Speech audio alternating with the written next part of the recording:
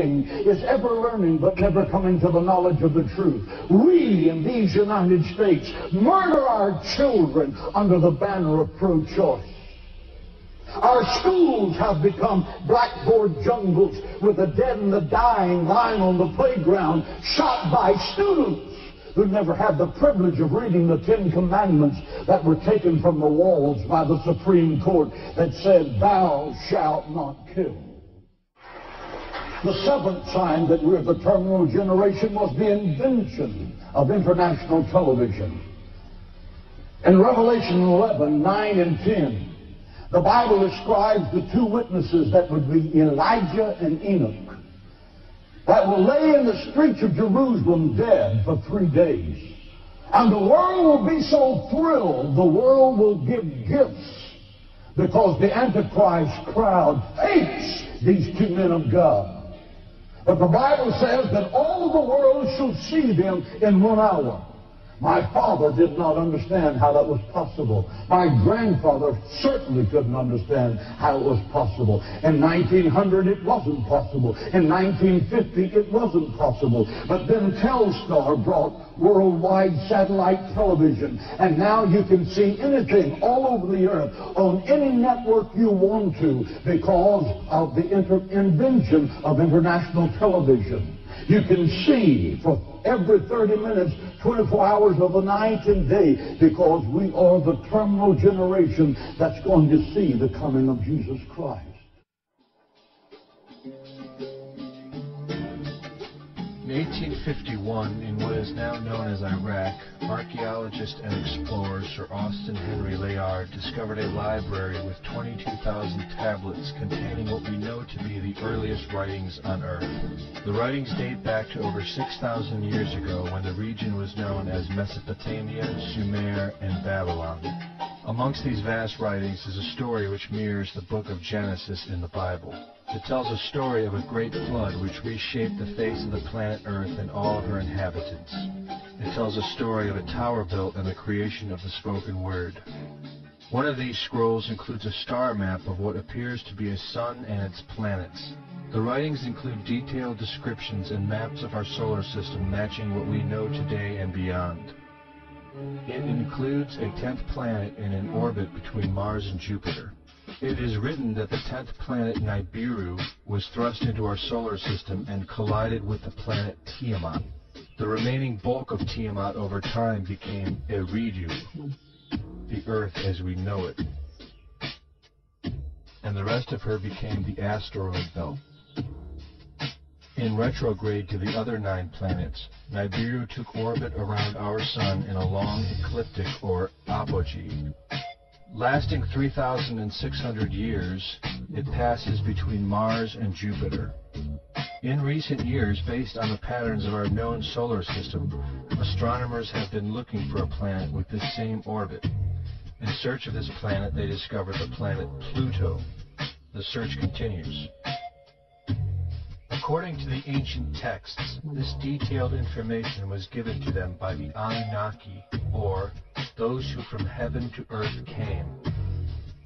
They described the Anunnaki as a reptilian race of gods which came to the earth in fiery ships from their home planet of Nibiru, the 10th planet.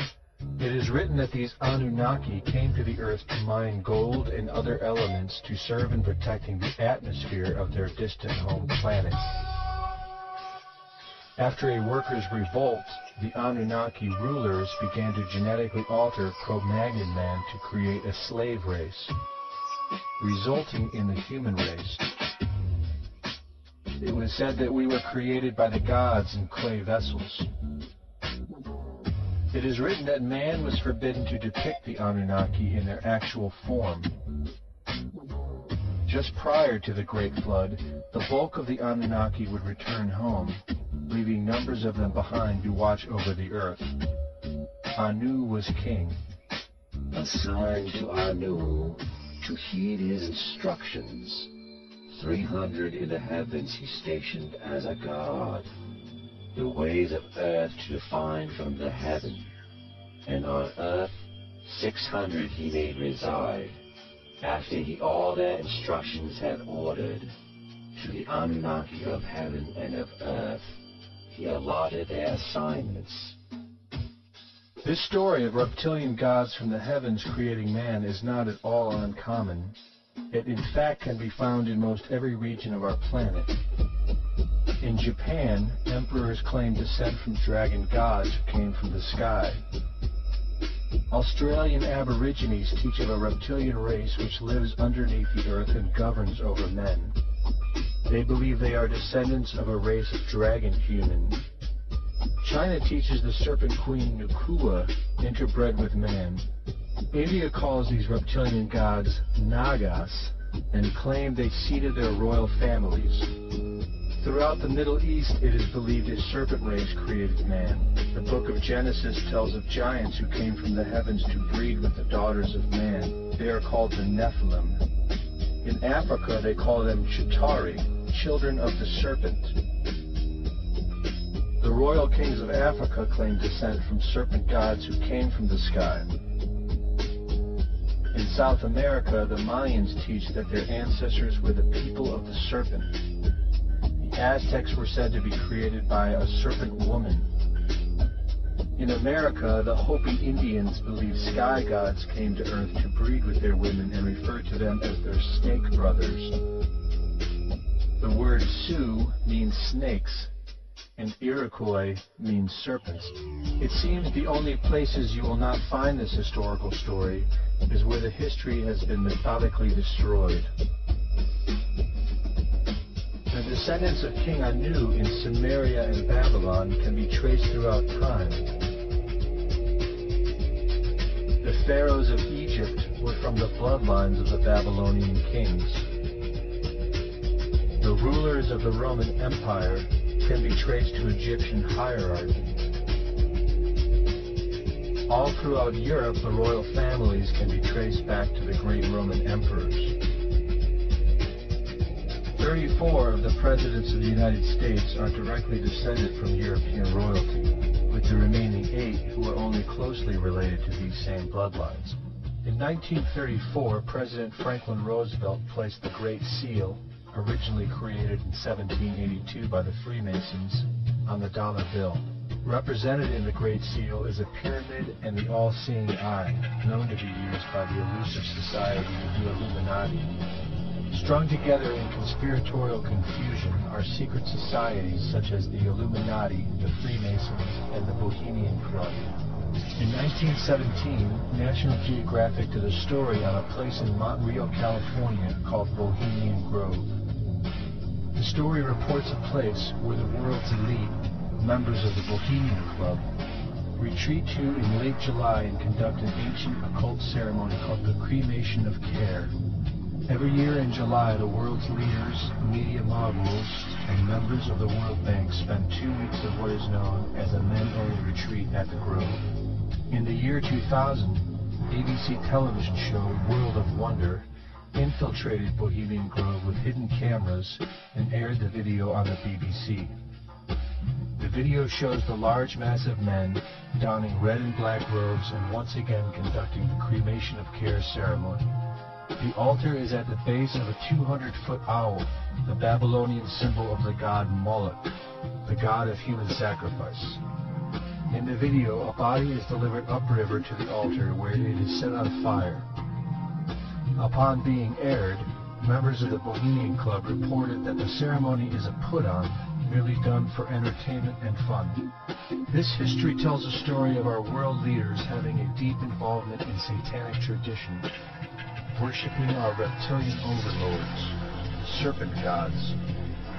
It poses the possibility that we may be and have always been enslaved by our leaders, no different than sheep or cattle. There is an endless amount of information out there which supports this, but don't take my word for it.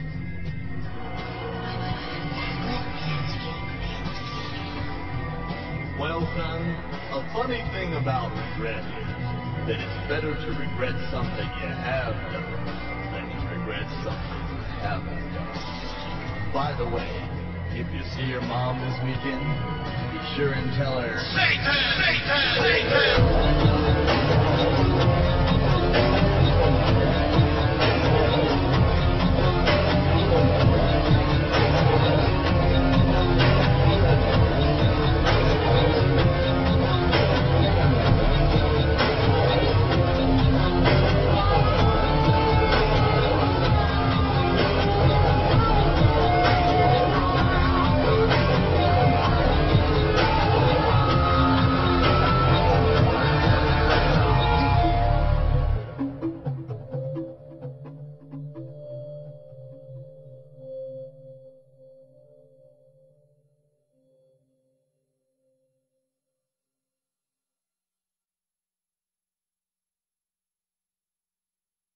Apollo, according to the Holy Bible, is actually an alternative word for the devil.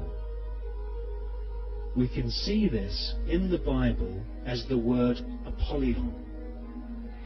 Apollyon appears as the name of Satan in the original texts of the New Testament Gospels.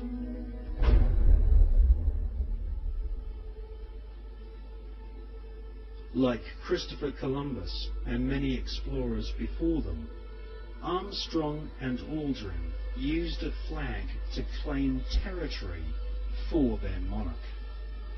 Upon their return, NASA Space Program Manager Kenneth Kleinert invited the Apollo crew to a secret Masonic ceremony which saw Kleinert's brother be appointed to the Sovereign Grand Commander and titular head of all Scottish Rite Masons throughout the world.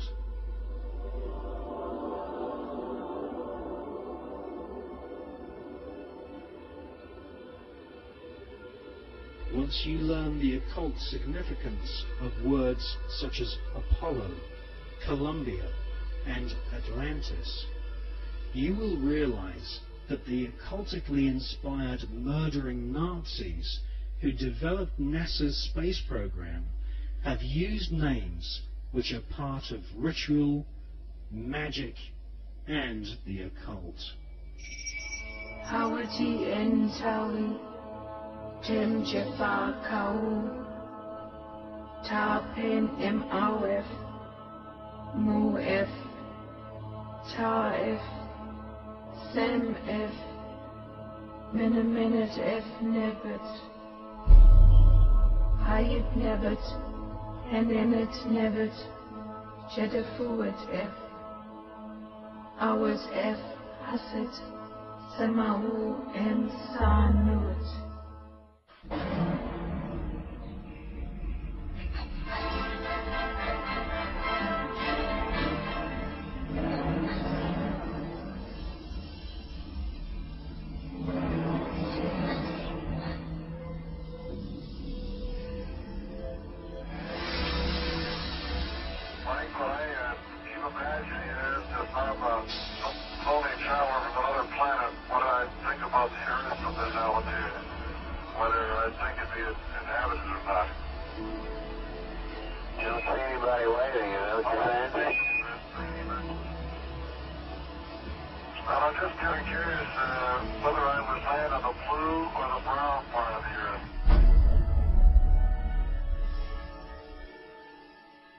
On the dark side of the moon, the secret face of our satellite planet, which only a few men in living history have ever seen, there lies a star-shaped crater called Parsons Crater, named after the rocket scientist John Parsons. John Parsons is known by several names. He was born under the name Marvel Whiteside Parsons, and soon became involved in the occult. Charles Taze Russell, who invented the Jehovah's Witness movement in America, predicted that the beginning of the end of the world would commence on October 2nd, 1914. On this very day, rocket scientist John Parsons, better known in occult circles as Jack Parsons, was born. A brilliant rocket engineer